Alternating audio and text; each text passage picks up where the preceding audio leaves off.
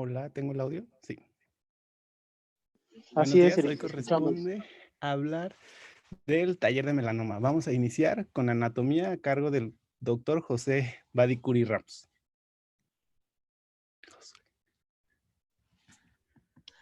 Hola, buenos días. Vamos a empezar. A ver, yo lo puedo mover.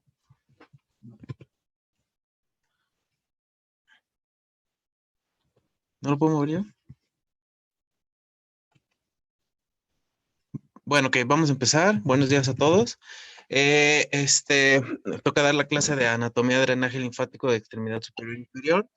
Y como un breve paréntesis, quisiera hablar un poco sobre la discrepancia que tenemos sobre la terminología anatómica en lo que cuanto es ganglio o nódulo linfático. Esto es un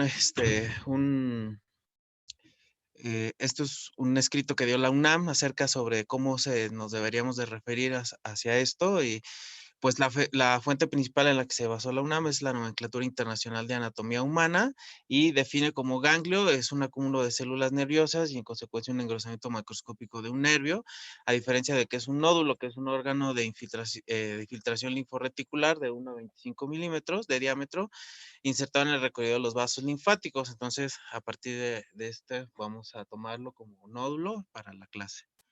La que sigue, por favor. Ahí sí las puedo mover. ¿Tú lo estás moviendo yo? Bueno, vamos a empezar con la extremidad superior. Vamos a tener una vertiente superficial y una profunda. En cuanto a la superficial, aquí no vamos a encontrar nódulos. Y en cuanto al antebrazo, vamos a tener una vertiente anterior y posterior dada por el cubital y radial anterior. Y posteriormente también va a ser por cubital y radial posterior. En cuanto al brazo, vamos a tener una vertiente anterior, interna y una externa. La anterior va a estar dada por la bicipital, la interna por la basílica y la externa por la cefálica. ¿La que sigue? ¿La que sigue? Otra. Y en la profunda vamos a tener lo que es el antebrazo. Este va a ser también anterior, va a ser externo radial, interno cubital y media interósea anterior. Y la posterior va a ser dada por la interósea posterior. Esta está menos desarrollada que las superficiales y se reúnen a nivel del pliegue del codo para formar la corriente terminal profunda o humeral. ¿Sigue? En cuanto a la corriente externo-radial, esta va a recibir el drenaje linfático de los huesos, de los músculos y las articulaciones de los primeros 3 dedos de la mano y del sistema muscular anteroexterno del brazo y en pocos casos del cuarto y el quinto dedo. Al llegar al codo colabora con la formación de la corriente terminal profunda humeral. En cuanto a la corriente interna cubital, este va a recibir el drenaje linfático de los huesos, músculos y articulaciones de los últimos 3 dedos, de la región hipotenaria y de la región musculocutánea anterointerna del antebrazo. ¿Sigue?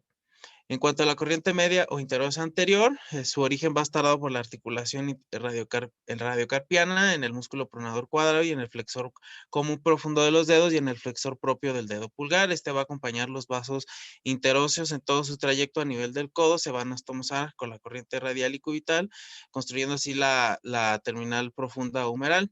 En cuanto a la corriente interósea posterior, su origen va a estar en el sistema osteoarticular de la cara posterior de la mano y de los músculos profundos del antebrazo, y este va a acompañar su trayecto a los vasos interóseos dorsales de la mano para continuarse con los vasos interóseos posteriores hasta el tercio proximal del antebrazo, y este atraviesa la membrana interósea para unirse con la anterior y posterior para formar la corriente humeral. ¿Sigue? En el brazo va a nacer a nivel del codo y de la unión de los linfáticos de la mano y del antebrazo, y acompaña el paquete vasculonervioso humeral y termina en los nódulos profundos del hueco axilar. Recibe el drenaje linfático de la articulación del codo, de los músculos del brazo y de los colaterales satélites de la vena cefálica. La que sigue. En cuanto a los centros nodulares superficiales, vamos a tener la cadena basílica, que se encuentra con mayor frecuencia en cara anterior del codo y es el más importante de la extremidad superior. Recibe el drenaje linfático del dedo índice, anular y meñique y de la región anterointerna y posteriorinterna de la mano y el antebrazo y de los nodos cubitales del antebrazo. ¿Qué sigue? Ahora tenemos la cadena cefálica, que esta es la segunda en importancia y va a estar constituida por 1 a 3 nódulos y pueden encontrarse, estos van a variar la zona, puede ser el tercio medio del brazo, en el tercio superior del brazo, en el círculo deltopectoral, entre la clavícula y el pectoral mayor, y va a recibir el drenaje linfático de los dedos, de las regiones cutáneas del antebrazo y brazo, así como de la región deltoidea y de la articulación escapulohumeral. En cuanto a la cadena cubital anterior superficial, este va a ser el tercero en importancia y se encuentra en el tercio superior del antebrazo a nivel de la vena cubital. Está constituido por uno o dos nódulos, ya sea el antebraquial y el supraepitroclear, y este va a recibir el drenaje del meñique. ¿Qué sigue? En cuanto a los centros nodulares profundos, van a estar por debajo de la aponeurosis, a lo largo del paquete neurovascular, y va a ser la cadena axilar, la humeral, la radial, la cubital, la interósea anterior y la interósea posterior. En cuanto a la cadena axilar, este va a ser el centro principal de drenaje de la extremidad superior y de las regiones anterolaterales y posterolaterales de la pared torácica, incluyendo la mama. Este va a contar de tres cadenas nodulares verticales y una horizontal. La cadena mamaria interna, que es el centro más importante y es el grupo central de la axila, consta de 3 a 8 nódulos y drena su linfa a la cadena torácica superior. En la cadena torácica superior va a ser de 2 a 3 nódulos y recibe linfa de la cadena mamaria externa, del pedículo transpectoral de la mama y de los músculos pectorales. Y drena su linfa en la cadena infraclavicular. La cadena subescapular inferior consta de 2 a 7 nódulos, va a recibir linfa de la pared posterior del tórax y en menor proporción de la pared anterior e interna, y drena su linfa en la cadena de la vena axilar. La cadena horizontal consta de 8 a 10 nódulos, 4 subcadenas secundarias, una anterior, posterior, superior, inferior. La anterior va a constar de 2 a 5 nódulos, va a estar anterior a la vena axilar, la posterior va a estar posterior a la vena axilar, la superior consta de 1 a 3 nódulos, se encuentra en la desembocadura de la vena cefálica en la cara superior de la vena axilar, y la inferior de 5 nódulos en la cara inferior de la vena axilar. ¿A qué sigue? En cuanto a la cadena humeral, no es constante, se encuentra a lo largo de los vasos humerales de 1 a 5 nódulos y recibe el drenaje linfático profundo de la mano, del antebrazo, del brazo, así como también de los colectores linfáticos eferentes de los pedículos superficiales basílicos y cubital superficial. En cuanto a la subcadena anteroexterna de esta misma, se encuentra delante de los vasos humerales y del nervio mediano y va a constar de 1 a 3 nódulos, y en la subcadena posterior interna va a estar por detrás de los vasos humerales y del nervio mediano y va a estar relacionada con el tríceps y el músculo braquial anterior, y va a constar de 1 a 4 nódulos. En cuanto a la cadena radial, se le encuentra a lo largo de los vasos radiales, es una cadena poco constante y recibe linfa de los 5 dedos, de los músculos y la articulación de la región tenar y anterolateral del antebrazo. En la cadena cubital se ubica en el trayecto de los vasos cubitales y recibe linfa de los 5 dedos de la mano, preferentemente del anular y el meñique, de los músculos y la articulación de la región hipotenar y de los músculos de la región anterointerna del antebrazo. Ahora, la cadena interósea anterior se extiende desde la extremidad distal de los vasos interóseos anteriores hasta su inserción con los vasos cubitales y recibe los linfáticos eferentes de la muñeca, de los músculos profundos del antebrazo y excepcionalmente de la mano. En cuanto a la cadena interósea posterior, se encuentra en el tercio superior del antebrazo en relación con los vasos interóseos posteriores y recibe linfa de la cara posterior de la articulación radiocarpiana. Ahora, en cuanto a la extremidad inferior, vamos a tener también una vertiente superficial y una profunda. La superficial está constituida por un sistema satélite de la vena safena interna, llega al nódulo linfático inguinofemoral hasta los canales ilíacos y recibe linfa tanto del pie como el tejido subcutáneo, del periósteo, de la cara subcutánea de la tibia y de los malleolos. Y en el pie, estos vasos linfáticos van a pasar por las comisuras interdigitales y llegan al dorso del pie, donde se forma una red plantar muy densa. ¿La que sigue? En la pierna y en el muslo, los nódulos laterales se van a agrupar alrededor de la safena menor, que aquí lo podemos ver, y perforan la fascia popitlea y desembocan en los nódulos popitleos profundos. Y los nódulos mediales se van a agrupar alrededor de la safena magna y esta asciende en la cara medial del miembro hasta los nódulos inguinales superficiales. La que sigue. Aquí como lo podemos ver. La que sigue. En cuanto a los inguinales superficiales, estos van a recibir linfa del miembro inferior, así como de los órganos genitales externos y una parte del abdomen abdominal anterior. Y estos se encuentran en el triángulo femoral, situados en la región inguinocrural, situados por arriba de la fascia lata. Y estos van a constituir entre 10 a 12 nódulos. ¿Qué sigue? En cuanto a la vertiente profunda, este va a acompañar a las venas femorales, va a confluir en el triángulo femoral, también en los nódulos inguinales profundos, y drena la linfa de los músculos, de los espacios de los nervios, del hueso y del periósteo. Este va a constar de una vía principal, que en el pie van a ser los segmentos dorsales y plantares, y en la pierna va a ser el tibial anterior y posterior, y la vía accesoria va a drenar la linfa de los vasos obturadores, de los glúteos superiores e inferiores, y estos van a confluir en los nódulos pélvicos. Y en cuanto a los nódulos linfáticos profundos, tenemos el nódulo tibial anterior. Este va a ser pequeño, es inconstante y está situado en la región anterolateral de la pierna. Los popitlios van a constar de 4 a 6 nódulos. Está situado alrededor de los vasos popitlios y recibe la linfa de la pierna anterior y posterior, así como y este drena la linfa en los nódulos femorales. Y los inguinales profundos van a constar de 2 a 3 y están situados medialmente a la vena femoral y reciben la linfa de los vasos linfáticos profundos, así como de los nódulos superficiales. Aquí sigue. Y aquí vemos un pequeño esquema rápido ya. Aquí, bueno, vemos los ganglios propitlios superficiales que confluyen en los profundos y llegan a los inguinales superficiales y estos confluyen en los inguinales profundos. Aquí sigue. Ok, ya que tenemos la parte de anatomía, ahora vamos a continuar con la presentación del caso a cargo del doctor Germán. Buenos días. Bueno, es una paciente de 57 años de edad.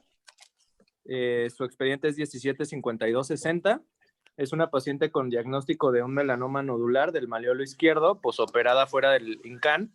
Y aquí en el hospital se le hizo una decisión local amplia con ganglio centinela. Se diagnosticó como un TX N2BM0, una etapa clínica 3C. Como antecedente de importancia, ella tuvo una resección de una lesión en el talón izquierdo, que aparentemente también le hicieron ganglio centinela en 2014. Sin embargo, aparentemente tenía un reporte negativo de malignidad. No tiene ninguna otra antecedente de importancia. La siguiente, por favor. Entonces, dentro del padecimiento oncológico, en noviembre del 2017 tuvo una nueva lesión cercana a la lesión que le habían quitado hace 3 años, de aproximadamente 4 centímetros, que estaba exofítica, con otra lesión en satélite de 3 milímetros. Vino por primera vez al INCAN, donde se le hizo una biopsia excisional con un reporte de histopatología de un tejido de granulación consistente con una úlcera. Sin embargo, se le realizó un PET en el cual había ganglios mediastinales, había ganglios en las cadenas ilíacas izquierda, en la interna y en la externa, con un submax de 3.3, adenopatías inguinales con un submax de 3.9 y una lesión exofítica en el talón izquierdo con un submax de 7.1. Aún contigua a esta, pues había otra lesión con un submax de 2.6. La siguiente, por favor. Se le realizó una BAF del ganglio inguinal del lado izquierdo con un reporte de melanoma metastásico, por lo cual la paciente fue llevada a una disección inguinofemoral izquierda con resección amplia y toma y aplicación de injerto, con un reporte de un melanoma nodular ulcerado en fase de crecimiento vertical con un Breslow de 9, lo cual la catalogaba como un PT4B, con 5 mitosis por milímetro cuadrado, un nivel de Clark de 4, sin invasión linfovascular ni perineural. Los bordes estaban libres, el más cercano estaba a 6 milímetros, y en la disección inguinofemoral, 5 de 16 ganglios fueron positivos, sin ruptura capsular, por lo cual pues, fue enviada por primera vez a radiooncología. La siguiente, por favor. A esta paciente se le propuso tratamiento con radioterapia, 30 grays en 5 fracciones hacia la región inguinal, los cuales cumplió sin ninguna eventualidad. La siguiente, por favor. Entonces, el doctor Cristian Orea, que está ausente porque está de vacaciones, me pidió que indicara cuáles eran pues, las características del melanoma para dar radioterapia adyuvante. Aquí puse cuáles son adyuvante al primario, lo cual pues la paciente no cumplió, por lo cual no se le ofreció al primario. La siguiente, por favor. Las indicaciones de radioterapia a las zonas inguinales, axilares o cabeza y cuello, pues son varias. Aquí les puse la tabla de la experiencia del MD Anderson, en el cual vemos cuáles son los criterios de selección, que son diferentes a los criterios que ya conocemos y que vienen mencionados en la NCCN. Pero bueno, aquí vienen, en este caso la paciente pues tenía 4 ganglios, tenía más de 4 ganglios positivos o nódulos, como diría el doctor Curi. El tamaño no nos lo especificaban, pero pues ya cumplía con esa condicionante. Y pues de acuerdo a la experiencia del MD Anderson, pues el control local es del 74% a 3 años. La siguiente, por favor. Estos son los criterios que ya conocemos, que son los que vienen en la NCCN, los criterios según Burmeister, y aquí la diferencia pues es que el fraccionamiento era distinto, de 48 Grays en 20 fracciones, y bueno, de cualquier manera vemos que la paciente igual cumplía los criterios de selección para dar tratamiento adyuvante a las regiones ganglionares. Aquí vemos que el beneficio absoluto es hasta el del 12%. La siguiente, por favor. Y en este mismo estudio, pero en su actualización a 6 años, vemos que se mantiene el mismo beneficio y solamente hubo 2 recurrencias más y fue en el brazo de los pacientes que se llevaron a observación. Gracias. Bueno, la toxicidad que pues era toxicidad grado 1 y grado 2. Gracias.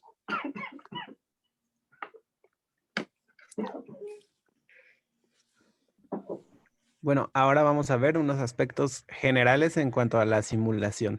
La simulación, la posición, pues depende en gran medida de la ubicación del volumen, pues sabemos que la piel, pues, está en todo el cuerpo, hay una fórmula de área de superficie corporal que, pues, nos indica que es el órgano más grande.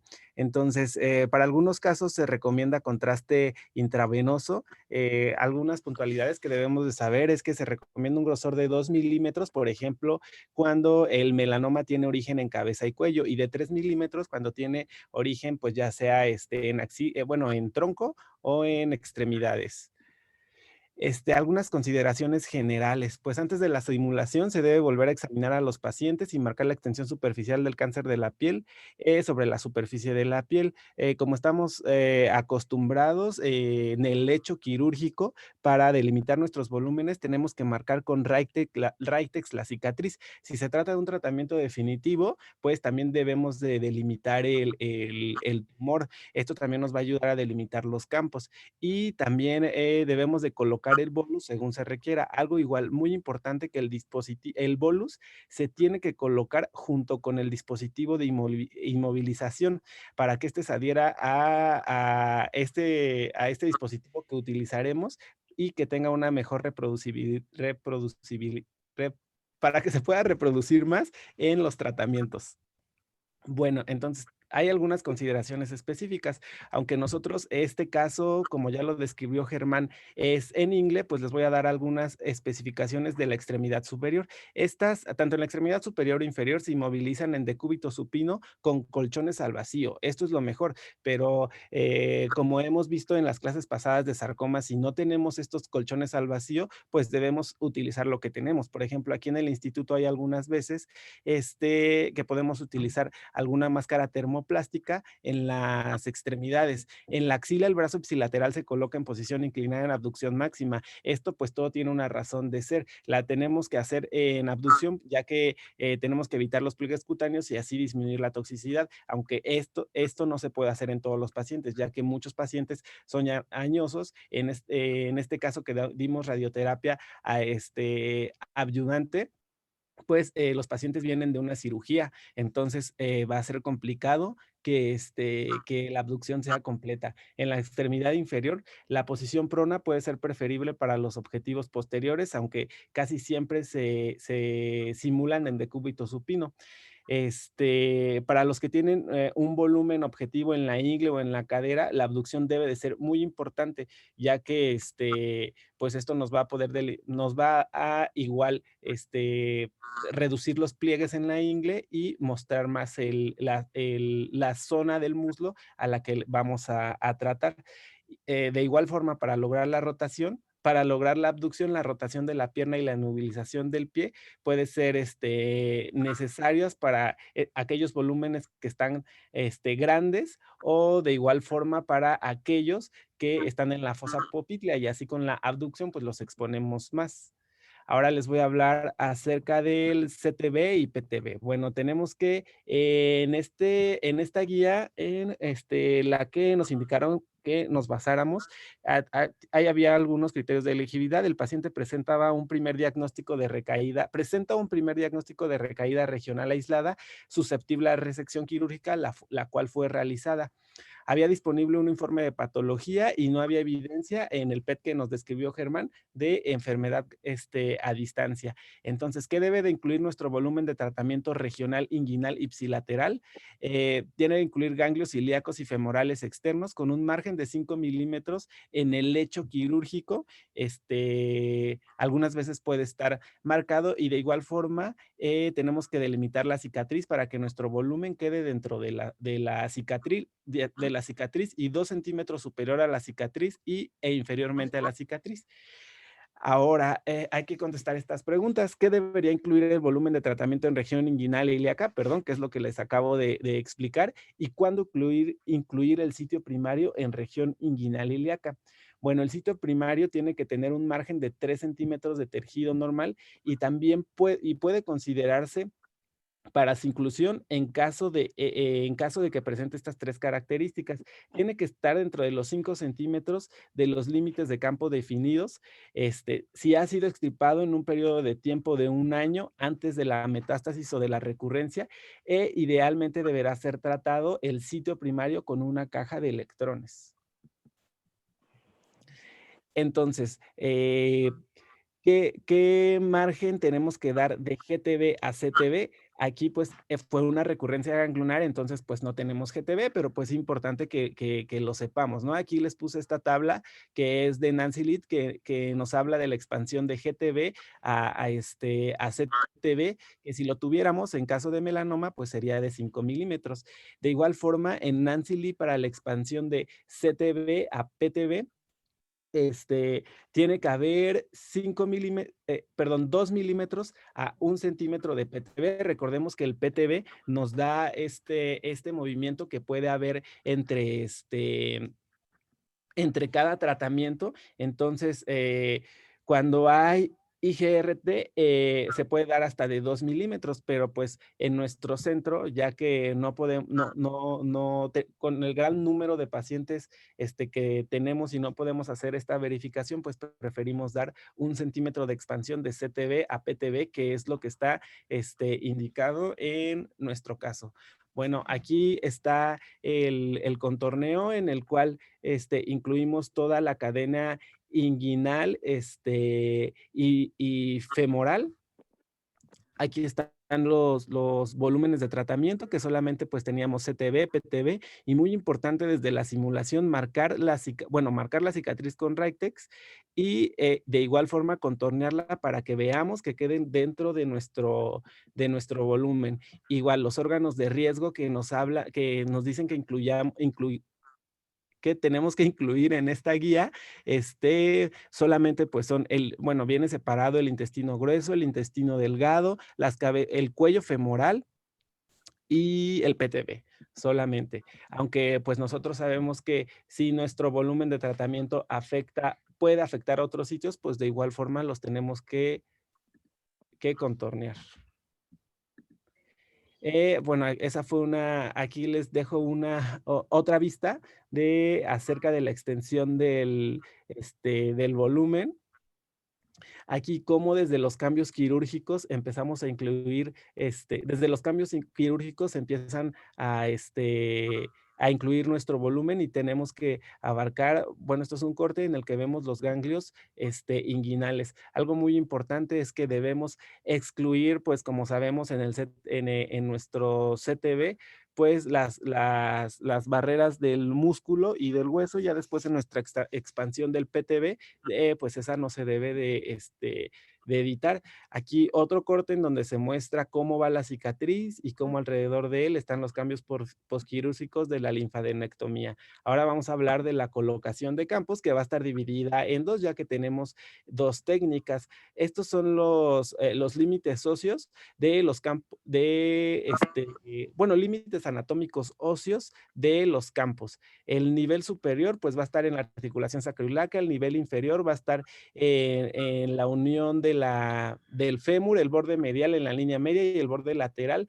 en la espina ilíaca. Bueno, para que lo entendamos un poco más, aquí está a mi disposición qué campos que puse y aquí vamos a ver los límites óseos, cómo tienen que estar de acuerdo a la guía. Bueno, aquí podemos ver claramente cómo son, bueno, esta técnica que utilicé es de 3 campos, que es APPA y uno lateral. Entonces, veamos que nuestro límite superior está el borde inferior de la articulación sacroiliaca, que aquí quedó. El límite inferior es la unión del tercio medio con el tercio inferior de la diáfisis del fémur, que igual aquí lo podemos observar.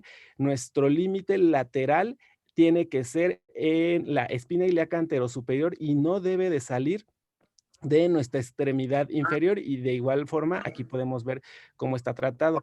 Veamos que aquí cómo está la pierna, esta no está totalmente en abducción, sin embargo, pues nuestro volumen quedó dentro de los campos, entonces la simulación tiene que ser de acuerdo a los requerimientos que nosotros tengamos.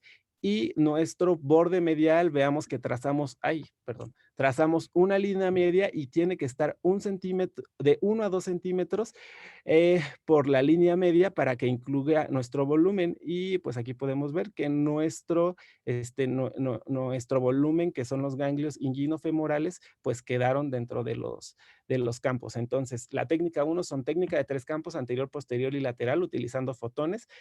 Se puede, en caso de que tenga la indicación, que más adelante lo veremos, un bolus de 1 a 1.5 centímetros en la cicatriz y se requiere planificación con TAC y de igual forma, aquí les pongo una imagen de cómo quedó la disposición de los campos, cómo se ve ya quitando los límites óseos y pues poniendo el cuerpo. Y hay algunas especificaciones en la guía que dice que cómo debe de ser la isodosis en distintos lugares y pues aquí les pongo la dosis y límites anatómicos. El eje central, el punto medio tiene que estar en el campo, que pues de aquí empieza la dosis. El punto, pues, tiene que estar en el punto medio del cuello femoral, la cara inferior de la articulación sacroiliaca, 3 centímetros por debajo del borde del campo y 3 centímetros por encima del borde del campo. Y ahora con esto ya podemos entender que tiene que estar así, 3 centímetros por debajo y por arriba, pues porque de ahí parten nuestros campos y de ahí tiene que estar, debe de partir la dosis. Ahora vamos con los límites de las técnicas, con las técnicas de campos, con la segunda técnica. La siguiente, por favor. Y la siguiente, por favor, Eric. Ok, primero para delimitar los límites óseos de los campos en la época 2D. En posición del paciente, como ya explicaron, en decúbito supino, con las rodillas separadas ligeramente, en posición de ancas de rana, muy ligera, exponiendo la región inguinal, de esta manera. El borde superior va a ser una línea transversa a través del borde inferior de la articulación sacroiliaca. El borde inferior era una línea transversa en la unión del tercio proximal del tercio medio del muslo, o 3 centímetros más allá del borde distal de la herida quirúrgica de la cirugía de linfadenectomía. Un borde medial que se dibujaba una línea vertical paralela e ipsilateral a 2 centímetros de la línea media, y un borde lateral que era una línea vertical sobre la espina ilíaca superior que se conecta con la línea medial patelar. La que sigue, por favor. Y este es como se trataba antes también, la técnica de 3 campos que nos explicó Eric. La que sigue, por favor. Y la otra técnica, que es la segunda técnica que se utilizó en el protocolo de Trans-Tasman, que es por medio de fotones, un campo anterior cubriendo la totalidad del volumen, un campo posterior que cubría parte superior pélvica del volumen, con un borde inferior en el ligamento inguinal, siendo el centro del campo posterior, este campo con un hemibloqueo de campo. Una porción anterior del campo oponiéndose al campo posterior para reducir la dosis en el plano medio, que se llegaba hasta 45 grays, y el build-up, que es un bolus de 1 a 1.5 centímetros en la herida quirúrgica, y la técnica número 1 también como le explicó el doctor Hernández Maya. Y esto también ya lo explicó Eric, es su colocación de campos. Estas fotos son en Beam Side View. Bueno, ahora vamos a ver la evaluación del plan con nuestra técnica 1 de 3 campos. Entonces, en Te nuestra complementé, guía, Eric. estas son las dosis de restricción, el PTB, bueno, las vamos, se las pongo aquí en un cuadro, pero las vamos a ir analizando una por una. Bueno, primero veamos que de acuerdo a la guía, el fraccionamiento que utilizaron ahí, las dosis de restricción indicadas, está para 48 grays, 48 grays en 20 fracciones, la dosis por fracción va a ser de 2.4 grays. Y pues aquí podemos ver cómo hay una adecuada cobertura de nuestro volumen y los órganos de riesgos adyacentes, pues en esta, aparentemente pues no le llegan dosis, pero pues lo vamos a ver más en las dosis de restricción. Bueno, aquí la primera dosis es que el PTB debe de tener una dosis de 90 a 105% y si la cumple tiene una dosis de 52.07 grays. La dosis fuera del PTB no debe exceder los 52.5 grays, donde la isiodosis sea mayor a 2 centímetros cúbicos. Pues bueno, aquí hubo algo de complicación en evaluar ese parámetro, ya que podemos hacerlo con bueno, convirtiendo la curva de 52 grays del PTB a 52 grays del PTB, pero sin embargo ahí en la guía dice que centímetros cúbicos, entonces eso lo podemos evaluar aquí solamente en el plano 2D, poniendo fuera de 2 centímetros fuera de nuestro volumen, cuál es la dosis máxima que le llega a ese punto y pues ninguna superó los 52.5 grays, entonces esa restricción también se cumplió y la dosis en cualquier punto no debe de ser perdón, ahí estoy mal, mayor de 55 grays. Entonces la dosis máxima de nuestro plan fue de 54.5 grays, entonces también se cumplió. El intestino delgado y grueso, pues la dosis máxima tiene que ser de 35 a 45 grays o el B1000 tiene que ser menor de 35 grays y aquí tenemos una dosis máxima de 6.4 grays, entonces también se cumplió. Y la dosis en el cuello femoral, en el cuello femoral derecho fue de 41 grays, de igual forma se cumplió, y en el cuello femoral izquierdo fue de 50 grays, que de igual forma se cumplió. Aquí podemos ver otro corte de la cobertura de nuestro volumen, la cual es adecuada. Nuestro histograma, que pues ya lo analizamos a detalle y que pues veamos que el PTB no excede de 55, bueno, de 50.4 grays. Aquí vemos en el histograma las dosis de restricción, la de las dos cabezas femorales, la del PTB 48, que la dosis, 48 grays, que la dosis media es de 52 grays, la dosis máxima quedó de 54 grays y que el intestino, la dosis máxima fue de 47 grays. De igual forma, aquí podemos ver que desde la disposición de los campos, pues el APPA y pues en el lateral, que es donde podía llegar más la dosis al intestino, que es el órgano de riesgo que más nos preocupaba, pues los físicos le metieron un campo de menor peso en el lado lateral para que pues le llegara menos dosis. Bueno, eso fue en cuanto a nuestra evaluación del plan que cumplió las dosis de restricción con los tres campos. Ahora vamos a ver qué pasó con nuestro paciente en la evolución del caso. Ok, entonces, después esta paciente en abril del 2019 tuvo una lesión hiperpigmentada en la base del primer dedo de la mano derecha, por lo cual se le hizo una biopsia excisional en el cual reportaron un melanoma metastásico con diámetro de 4 milímetros localizado en la dermis reticular a 2 milímetros del lecho y a 5 milímetros del límite periférico más cercano. Aquí es importante mencionar que se da como un melanoma metastásico porque está limitado solamente a la dermis.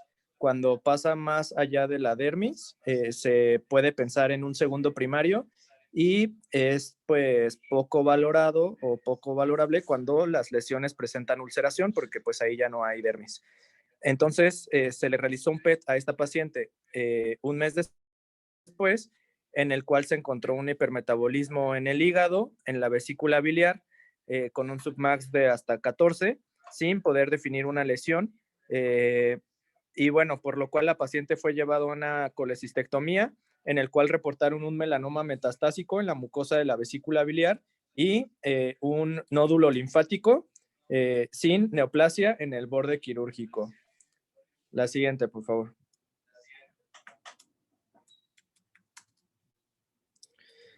Esta paciente fue llevada pues a quimioterapia paliativa con carboplatino y paclitaxel por 4 ciclos. Se le realizó un nuevo PET para valorar la respuesta, en el cual se vio una progresión de la enfermedad hacia el sistema nervioso central con una lesión cortical frontal derecha, por lo cual pues se le propuso a la paciente radioterapia 20 Grays en 5 fracciones. Se le realizó un nuevo PET en el cual, y bueno, este PET, el último es de octubre de este año, en el cual tiene progresión en el mismo hígado, tiene ya progresión ósea y tiene progresión ganglionar. Sin embargo, por resonancia magnética y por PET, pues tuvo respuesta parcial en el sistema nervioso central. Actualmente la paciente está neurológicamente íntegra. Desde agosto de este año ella ya está en mejor soporte médico, pero pues de acuerdo a las notas de cuidados paliativos, tiene una sobrevida esperada de más de 6 semanas y pues está cursando con ansiedad y depresión, pero no tiene pues un síntoma nuevo o algún síntoma a paliar, ni siquiera tiene dolor. Gracias. Bueno, ahora para continuar, ya tenemos la culminación de nuestro caso clínico, pero de igual forma debemos de saber tratar este melanoma en otros sitios. Entonces vamos a ver qué pasa en cuanto a los volúmenes de parótida y cuello. Hola, muy buenos días. ¿Me puedes ayudar a pasar la que sigue, Eric, por favor? Bueno, como ya les comentó Eric, vamos a revisar un poco sobre la enfermedad regional en parótida. ¿Podrías ayudarme con la que sigue? Y bueno, ya lo mencionó Germán hace un momento, cuando vamos a dar radioterapia adyuvante para parótida de cabeza y cuello, que es lo que vamos a revisar. Los números de ganglios en parótida solamente es con uno o más de uno, le toca RT adyuvante, en el contexto que obviamente lo mejor siempre va a ser la inmunoterapia, ¿no? Y en cabeza y cuello, más de 2 o más de 3 centímetros de diámetro y en cualquier caso que tenga extensión extracapsular. Si no diéramos radioterapia, pues la recurrencia, como podemos ver, es elevada y los resultados también de dar radioterapia, pues ya también los mencionó Germán. En la NCCN, otra indicación para dar radioterapia específicamente a parótida, cabeza y cuello, en cuanto al contexto definitivo paliativo, son en pacientes con enfermedad irresecable, satélites o enfermedad en tránsito, enfermedad residual o recurrencia. ¿Y cuáles son los volúmenes a tratar según el Trans-Tasman que ya revisamos? Para parótida, son parótida, niveles ganglionares del 1 al 5 y las cicatrices quirúrgicas. La que sigue, por favor.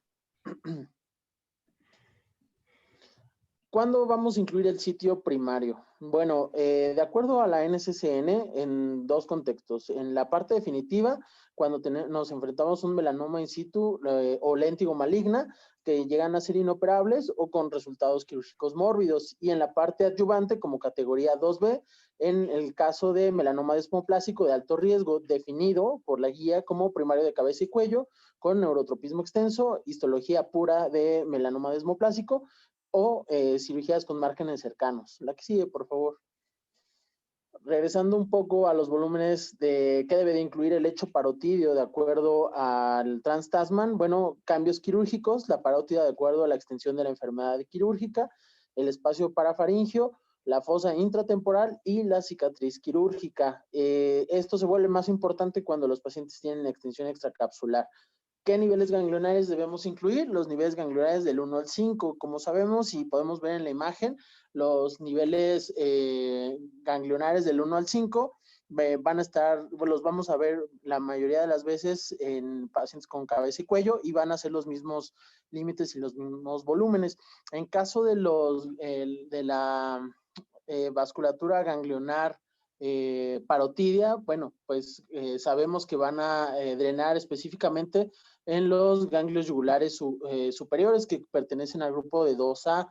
Es importante también saber que tanto los externos como los parotidios profundos y los superficiales van a desembocar en el mismo lugar. Estamos tomando desde el nivel 1, ya que alguna bibliografía refiere que en algunos casos se puede presentar obstrucción y ganglionar a ese nivel y tener flujo en retroceso hacia el nivel 1. Es por eso que tomamos desde el 1 hasta el 5. En cuanto a los límites, que voy a recordarlos rápidamente, sabemos que el 1, el límite superior es el músculo genioideo, el inferior es el hueso ioides. En cuanto a los niveles 2, el borde superior es el borde caudal del proceso lateral de C1. En la parte inferior es el borde caudal del hueso ioides. Recordemos que se vienen 2A y 2B. Específicamente los parotidios van a desembocar en el 2A.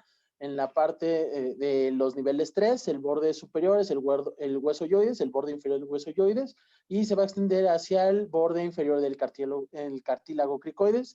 En el nivel 4, el borde superior es el borde caudal del cartílago cricoides, y se va a extender hacia inferior 2 centímetros craneales de la unión en el músculo esternoclavicular. Ahora, en la parte de nivel 5, el borde superior es el borde inferior del hueso ioides y se va a extender hasta donde en la tomografía vamos a ver el paso de los vasos cervicales en tomografía, ¿no? ¿Me ayudas con la que sigue, por favor? ¿No tienes un corte para mostrar eso, César? No, bueno, es que la verdad, como ya los habíamos visto, no consideré, se me hizo más importante saber que los ganglios parotídeos y su drenaje y el por qué los tomamos, pero no puse uno de esos niveles. Ok, gracias. Uh-huh.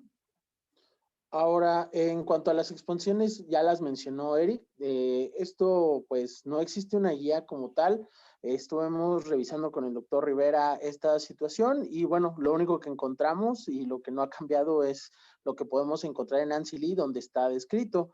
Como ya mencionó Eric, en el caso de las expansiones, específicamente en melanoma, de acuerdo a Nancy Lee, cuando tenemos un CTB nodal o ganglionar, la expansión es de 5 milímetros del GTB a el CTB ganglionar. En el caso del PTB, pues igual, si llegáramos a tener IGRT, pues podemos dar un margen menor, pero si no lo tenemos, debemos ser un poco más generosos. Hasta 1 centímetro describe contexto de Nancy Lee.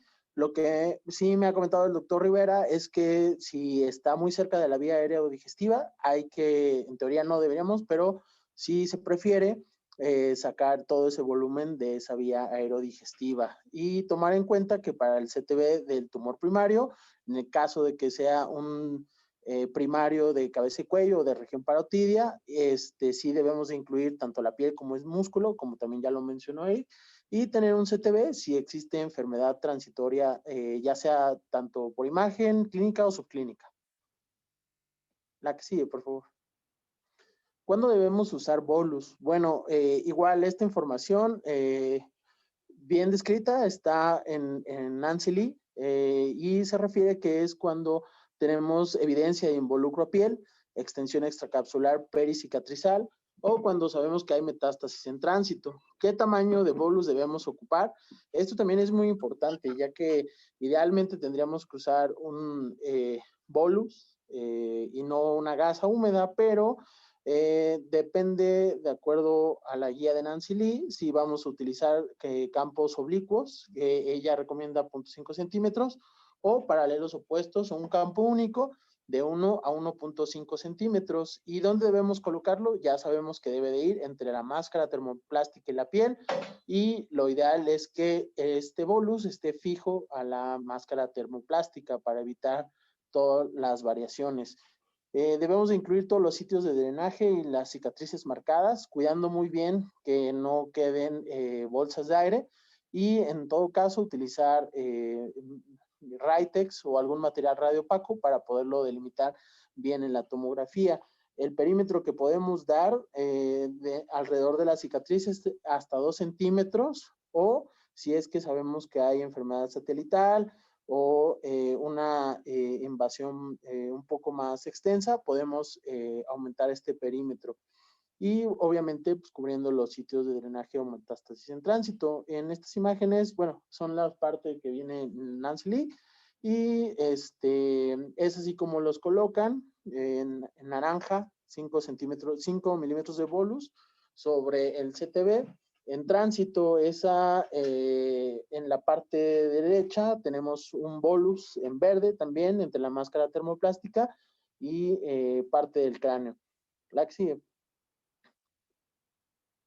¿Y qué fraccionamientos podemos utilizar en cuanto César, a la...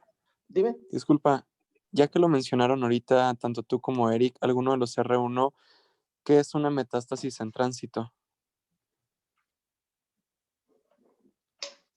Son todas aquellas, bueno, no sé si responda yo o alguien más. Cualquiera de los R1. Son todas aquellas que se encuentran a menos de 20 centímetros del primer relevo ganglionar. Eric, Es 2 centímetros, 2 centímetros. Es que a lo mejor ahí Perdón, 20 milímetros. decía 20 milímetros Sí. y lo cambiamos ahí por centímetros, pero es 2 centímetros. En Nancy Lee viene 2 centímetros. o sea, precisamente esa es la intención de saber la definición, y precisamente eso se traduce a las técnicas de por qué vas a utilizar un perímetro de 2 centímetros alrededor de una cicatriz y sitios de drenaje, pues precisamente por el rango que van a tener este tipo de lesiones.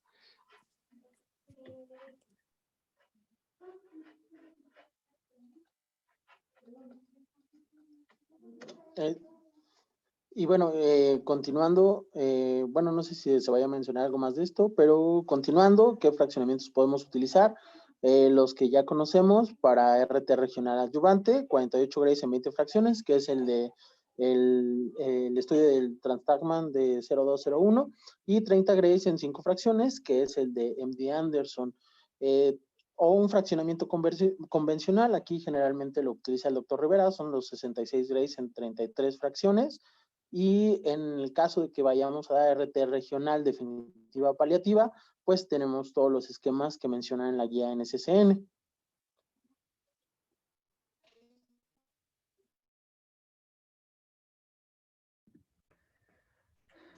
Bueno, vas, Eugenia. Gracias, Eric. Bueno, en cuanto a los volúmenes supraclaviculares y axilares, nada más recordando que aquí vamos a dar la adyuvancia. Acuérdense que son los pacientes que tienen más de 4 ganglios o miden más de 3 centímetros, que son las indicaciones para la adyuvancia a este nivel. Entonces, venían para guiarnos en este punto, que es el número 8, el protocolo de Transtagman, y a responder varias preguntas. La primera pregunta era: ¿qué niveles ganglionares debían incluirse en nuestra adyuvancia? Y ahí la anterior, por favor. Y aquí nos mencionaba que tenían que incluirse los niveles axilares 3, 2 y 1. Son los que ya conocemos, son los niveles que utilizamos incluso para los de mama. Y también para el nivel supraclavicular, pues incluir los ganglios de la fosa supraclavicular en continuidad. ¿Y a qué se refiere? Pues se refiere a un margen de 5 centímetros. Mencionan aquí que idealmente en la cirugía debieron de haber dejado un clip, y entonces los 5 centímetros de margen más proximal al clip quirúrgico, ese es el volumen de la fosa supraclavicular a abarcar. ¿Y cuándo utilizar bolus?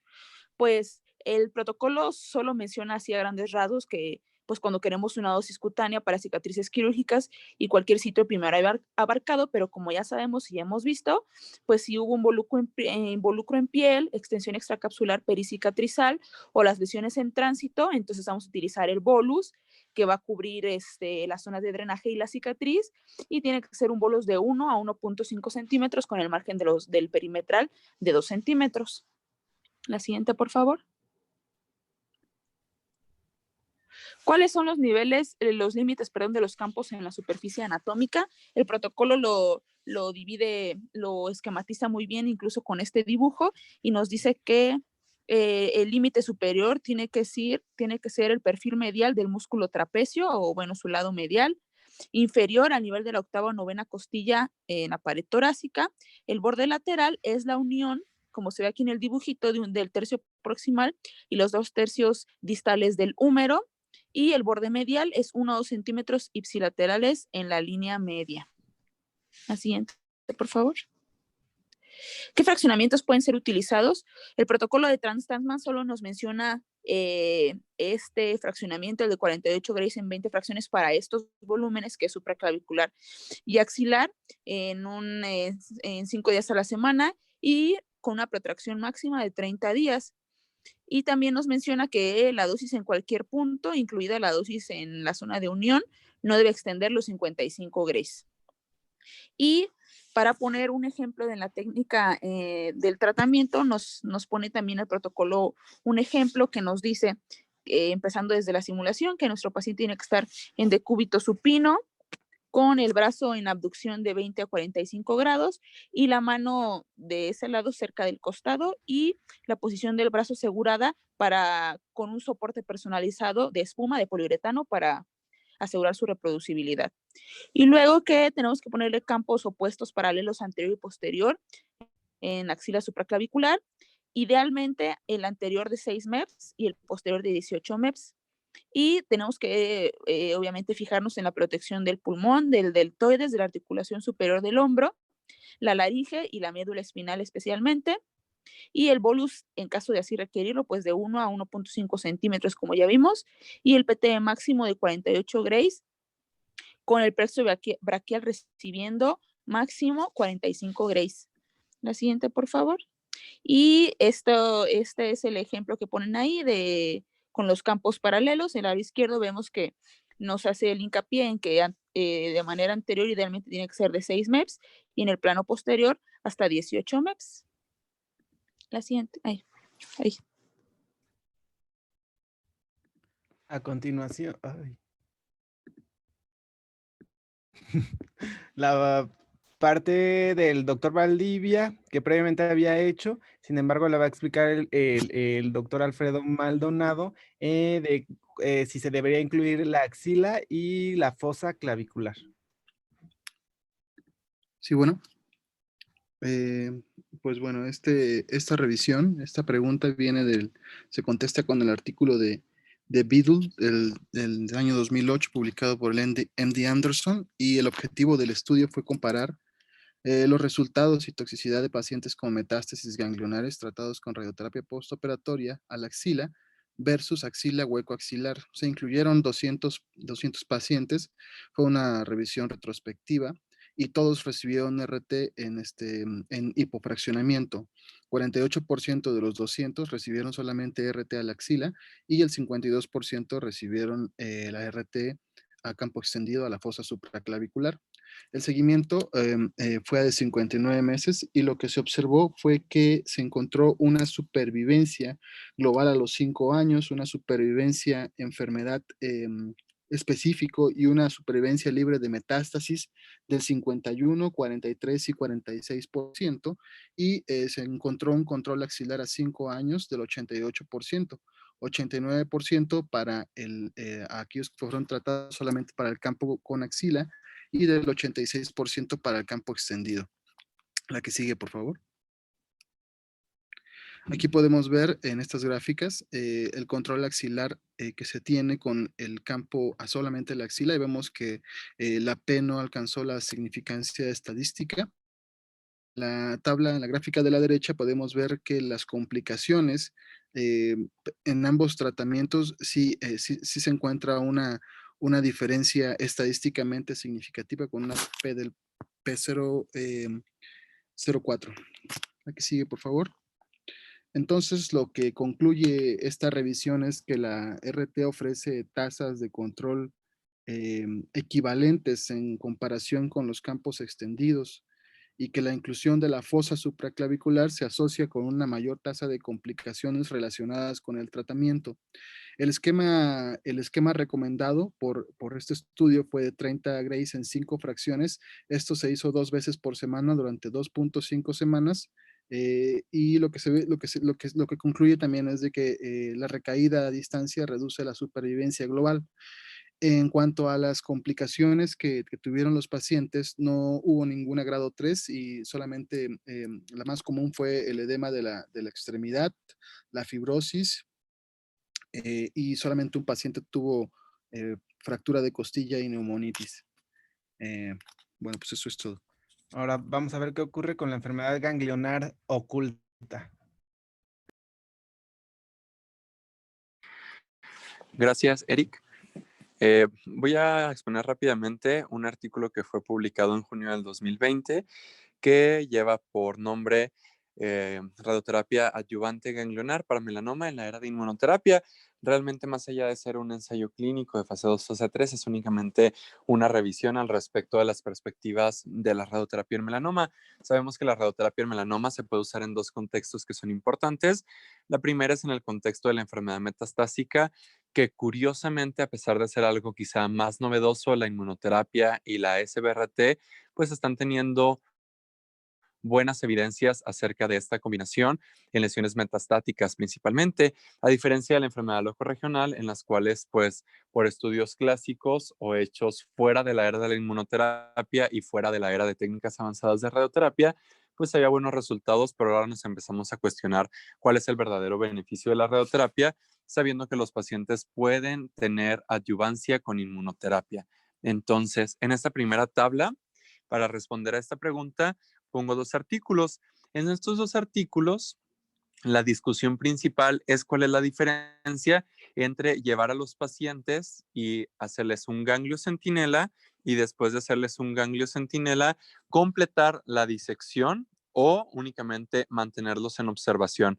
Para ambos estudios es importante que lo mencionemos, tanto la supervivencia global, la supervivencia libre de metástasis a distancia y la supervivencia libre de enfermedad no alcanzan una significancia estadística como para que completar la disección sea algo estandarizado. Únicamente el completar la disección se está viendo un beneficio en el control regional ganglionar, por lo cual no es un estándar actualmente y no en todos los centros se hace.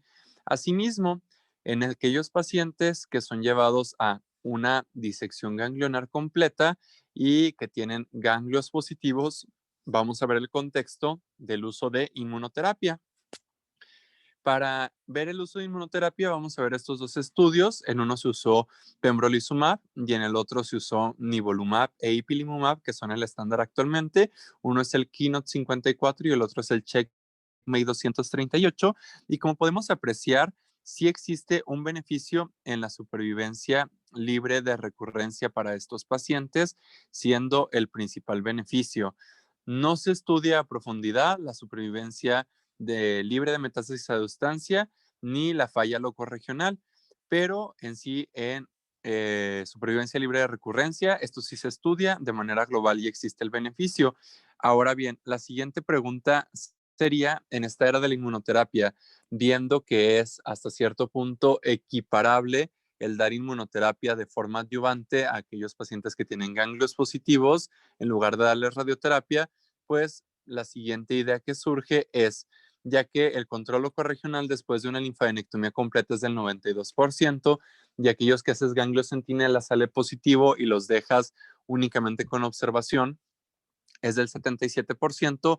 ¿Qué es lo que pasaría si añadimos RT adyuvante?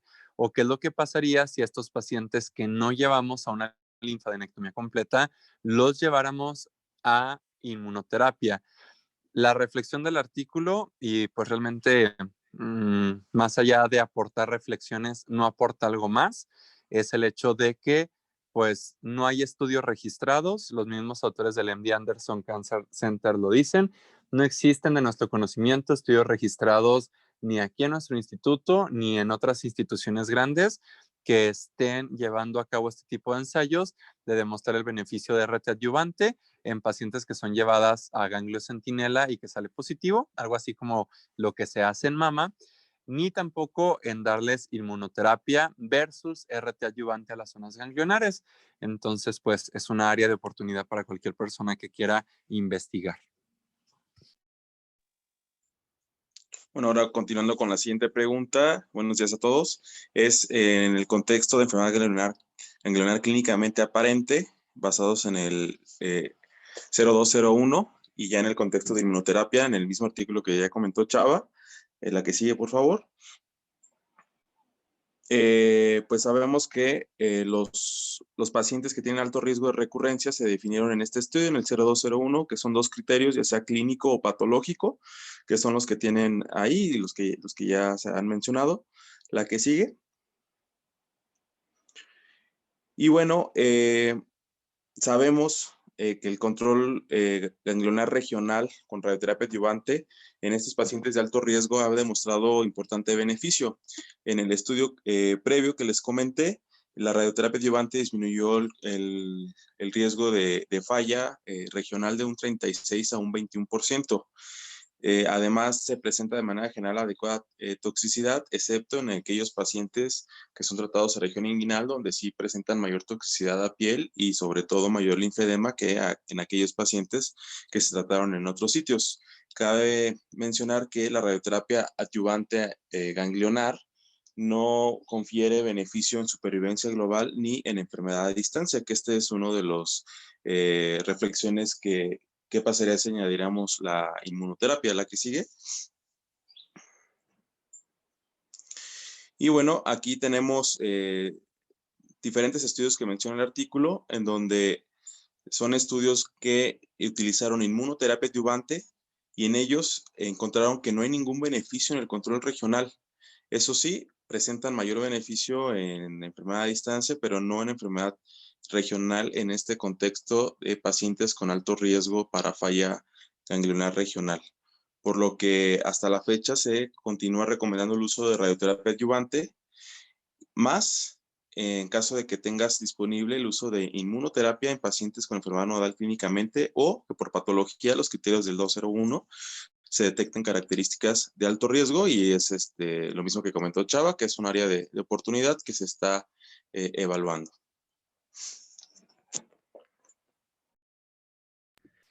Ok, bueno, quería solamente como decir algunos comentarios acerca pues de nuestra paciente, del plan, que pues la indicación de la radioterapia adyuvante pues fue porque hubo una recurrencia. En cuanto a la dosis, pues en el plan previo estaba utilizado el hipofraccionamiento por cuestiones de la guía y para que cuestiones didácticas que viéramos las restricciones de la dosis, utilicé este plan que tiene fracciones de 2.4 Grays, ya que antes se pensaba que como este es un tumor relativamente radioresistente, dosis más grandes por fracción servían más en cuanto pues a nuestro fundamento radiobiológico, pero después se vio que comparar hipofraccionamiento contra este fraccionamiento tienen los mismos desenlaces oncológicos. Bueno, o sea, mejoría en la recurrencia, pero no hay cambio en la supervivencia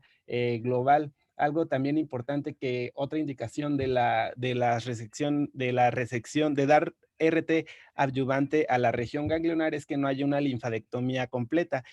Tenemos que ver siempre en nuestro estudio de patología que se disequen 10 ganglios en la ingle y que haya disección de por lo menos 15 ganglios en la axila. También, bueno, hubo ahí algunas dudas en cuanto a la enfermedad de cuándo es metástasis de transición, y les mandamos al grupo precisamente el cuadro de Nancy Lee, en el cual especifican bien las definiciones.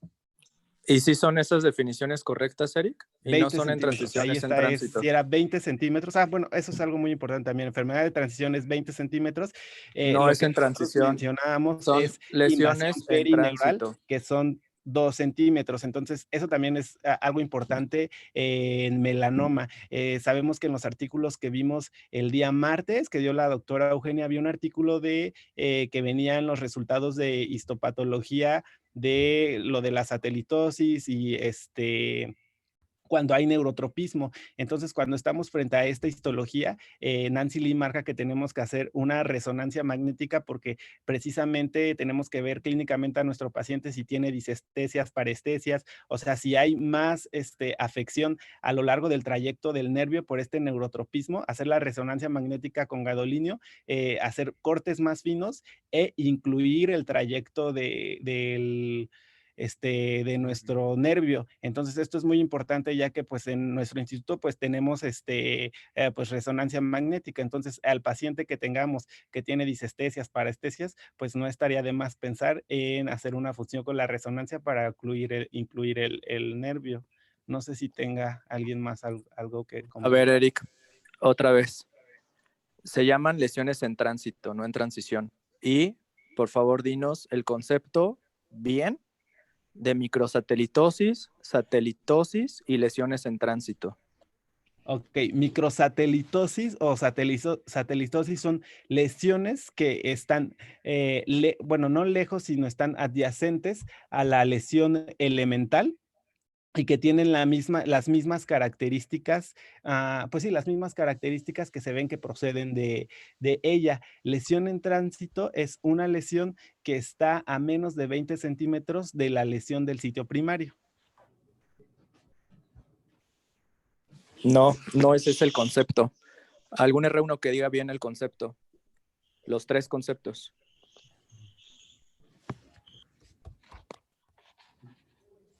Eugenia ya salió. ¿Alguno de los otros R1? Yo creo que por tiempo ya dalo tú, Germán. Ok. Microsatelitosis van a ser nidos de menos de 0.5 milímetros que van a estar separados de la lesión primaria por tejido graso o tejido conectivo y van a estar a menos de 2 centímetros.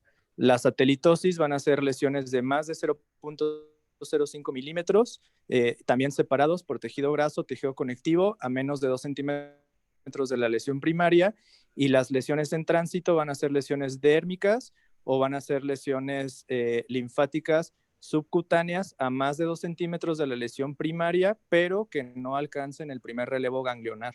Eso que nos mandó Eric, yo sé que dice Nancy Lee que esas son lesiones en tránsito, pero esas no son lesiones en tránsito. Nada más para aclarar, eso de Nancy Lee nuevamente y los 20 centímetros. O sea, estamos hablando del CTB en tránsito. Y lo que te está diciendo Nancy Lee es todo lo que debería de incluir el CTB en tránsito y más o menos cuál sería la probable medida de ese volumen. Pero no se refiere a que una lesión en tránsito, una lesión satélite, etcétera, se encuentre a menos de 20 centímetros. Exacto, y por eso la pregunta, porque están pensando que esa es la definición de lesión en tránsito y esa no es la definición. O sea, lo que dices tú, Salvador, eso es lo correcto. Ok, entendido. ¿Alguna otra cosa, doctora Sandra? Ok. Pues lo del... ¿Alguna duda que tengan hasta ahorita? Antes de comentarles algunas cosas. ¿Alguna otra aclaración? R1, R2, R3. Quizás solo para que comprenda mejor lo de la satelitosis. El término satelitosis va en relación a la distancia de las lesiones, si se encuentran a más o menos de 20 milímetros. Y el término micro está más relacionado con el tamaño de la lesión. Y en cuanto a las lesiones en tránsito, es entre la lesión y el primer relevo ganglionar. Y para, bueno, eso, aclarar, no se queden a veces solo con lo que menciona el libro, o bien verifiquen exactamente a qué se está refiriendo, porque en muchos lugares puede haber tanto una discrepancia como errores, ¿no? Y de otras cuestiones, ¿qué opinan? ¿Quién está? ¿Algún R2 o algún R3? De la inclusión de todo el margen en cuanto a la cicatriz, o sea, cicatriz, incluirla toda en el volumen que vas a tratar. Pues es que si no había alguna, por ejemplo, o sea, en cuanto a las regiones ganglionares, si no había alguna extensión extracapsular, si no era una lesión ganglionar ulcerada, que involucrara la dermis, pues realmente no hay una indicación para incluir toda la cicatriz. O sea, se incluye la cicatriz que está dentro del campo, pero no es estrictamente necesario extendernos para cubrir toda la cicatriz. Sí, exactamente. Eso lo menciono específicamente por la parte de la simulación que se mencionaba que, bueno, quizá en la simulación pues obviamente va a salir toda la cicatriz, es bueno que la marquen, pero que no se queden con la idea que se tiene que incluir toda la cicatriz en el volumen de tratamiento, por lo que ya mencionó Germán, ¿no? Y en los campos que colocaste, Eric, ¿algún comentario igual de algún R2, R3? ¿Alguna observación que tengan?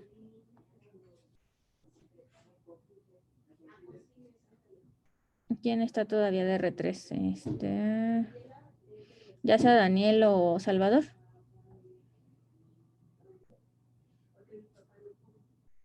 Pues en cuanto al campo posterior, digo, por la configuración de 3 campos, únicamente me llamaría la atención el hecho de que quizá con ese campo estaríamos aumentando la dosis a la articulación coxofemoral. Y pues si bien 30 grays nos parecerá poquito, quizá hay que reflexionar en que son 30 grays que son hipofraccionados, o igual los 48 en 20 son hipofraccionados, y para una dosis máxima de restricción a esos órganos, pues quizás sí podríamos tener un desenlace que quizá al ser a largo plazo no veríamos, pero que sí podría existir. Ok. Sí, hay que siempre tener en cuenta que cada campo y ver el peso de cada campo. O sea, ahí pues es difícil saberlo exactamente, pero se tiene que considerar esa parte y pues la parte de un campo lateral también, aunque ayuda a distribuir mejor la dosis, a cubrir algunas zonas, estaríamos incluyendo pues todo tejido que no quisiéramos incluir. Se trata de dar mejor conformidad y a veces ayuda, pero pues nada más esa consideración. A veces se pueden poner oblicuos para reducir un poco, o si se va a poner, si se planea poner por ejemplo, un lateral como lo pusiste, pues tratar de separar un poco más las piernas. Digo, eso es difícil en retrospectiva hacerlo, ¿no? Y siempre verificar la dosis de entrada, pues es más sencillo, pero la de salida, sobre todo para regiones inguinales, que no se incluya o tratar de evitar en los hombres sobre todo, que vaya a tener dosis de salida hacia los genitales. Y pues de las restricciones que mencionaron, es importante que, bueno, no sé si lo hayas hecho, Eric, pero mencionabas dosis a intestino grueso y a intestino delgado, las restricciones de cada uno. En estas circunstancias, si lo haces así, es importante que se contorne igual de esa manera, ¿no? Es como cuando contorneamos igual todo el saco intestinal o bien asa por asa, tienen restricciones diferentes. Lo mismo es cuando evalúas si es intestino grueso y delgado, que sean diferentes. Y pues lo del bolus, como lo mencionó César, pues es relevante considerar que lo ideal es hacerlo de algún material que esté caracterizado por tomografía y que sea del grosor que tanto lo haces en la planeación como clínicamente lo pones, que sea del mismo grosor, y siempre es importante o idealmente que se haga antes de la simulación el bolus, y en la simulación se utiliza el bolus para ya considerarlo en el cálculo, no como desafortunadamente pues nosotros lo tenemos que hacer, ¿no? Y pues nada más. No sé si algún otro comentario de alguien más. Y si no, pues nada más no. ¿Me escuchan? Concluiríamos con eso. No sé a quién le toque la siguiente. ¿Me escuchan? Sí, doctor. A mí me toca, doctora. Ok. Adelante, doctor, perdón. Sí, mire, estamos 10 en el grupo ahorita. De todos los residentes, ¿quiénes opinan que valió la pena radiar a la paciente y quiénes no? En el caso que analizamos. Pues a pesar de que no tuvo recurrencia locorregional, que fue lo que radiamos nosotros, pues por el periodo de tiempo que tuvo libre de metástasis a distancia, pues podríamos decir que quizá no valió tanto la pena nuestro tratamiento a menos que justificáramos que una disminución en la recurrencia locorregional se tradujera en mayor supervivencia libre de metástasis a distancia, que finalmente son las que están dictando el pronóstico en este caso. Si te vuelve a llegar, ¿le propones radiación? Yo quizá propondría inmuno, digo, en conjunto con oncología médica, como adyuvancia. ¿Alguien opina distinto? No, bueno, es que en el Yo creo que contexto de esta paciente, o sea, pues como dice Salvador, tenía enfermedad a distancia, tal vez no hubiera valido la pena darle control a la ingle, porque pues tuvo una buena disección y no tenía extensión extracapsular, o sea, la probabilidad de recurrencia ahí ya era muy baja de por sí. Entonces yo creo que lo que le tocaba era más bien tratamiento sistémico. Okay. ¿Alguien más? Yo creo que sí vale la pena porque pues seguramente, perdón, yo creo que sí vale la pena porque pues no hay inmuno aquí en el instituto y realmente la inmuno hasta se calcula por peso y creo que es bastante costoso. Muchos pacientes pues creo que no van a tener la posibilidad de adquirir un medicamento así y yo creo que darle tratamiento, aunque sea local, creo que es mejor que no darle nada. Ahora tampoco pues nada nos va a asegurar que la recurrencia vaya a ser ganglionar, puede recurrir en cualquier parte, como en este caso. Bueno, entonces, cuando vuelvan a tener un paciente así, ¿qué es lo que deben informarle? Requiere radiación para evitar que recurrencia locorregional. En mi opinión, esta paciente sí debió haberse radiado y se consiguió el objetivo, no recurrió locorregionalmente. Ese es el enunciado de toda la vida en radioterapia. Tuvimos impacto en control local regional, pero no en supervivencia global. Eso en todos los padecimientos, en la mayoría de los padecimientos viene. Entonces, desde que van a firmarles el consentimiento informado, hacerles notar que el objetivo del tratamiento es ese. Me queda claro que era un padecimiento ya recaída, lesiones ganglionares. Era obvio que iba a caer a distancia, pero ¿cuál fue el objetivo del tratamiento? Control locorregional. Se consiguió el objetivo con mínimos, con muchas, como haya sido. Se consiguió. Entonces, si en su momento llega a estar disponible la inmunoterapia y les envían a esta paciente, sin dudarlo ofrezcan radioterapia, haciéndoles notar esto al paciente. Control locorregional. Lo más seguro es que van a fallar a distancia, pero ojalá y nunca vean una recurrencia de un melanoma en conglomerados ganglionares. Es espantosa. Entonces, estos 6 semanas que tiene después de los cuidados paliativos, creo que influyó que se radió ahí para que tenga esta calidad de vida. Espero que razonen, que reflexionen mucho este comentario, porque es el pan de cada día y es una disyuntiva que tenemos. ¿Lo tratamos o no lo tratamos? Solamente apegarse a lo que dicen las guías. Gracias, vamos todos a trabajar.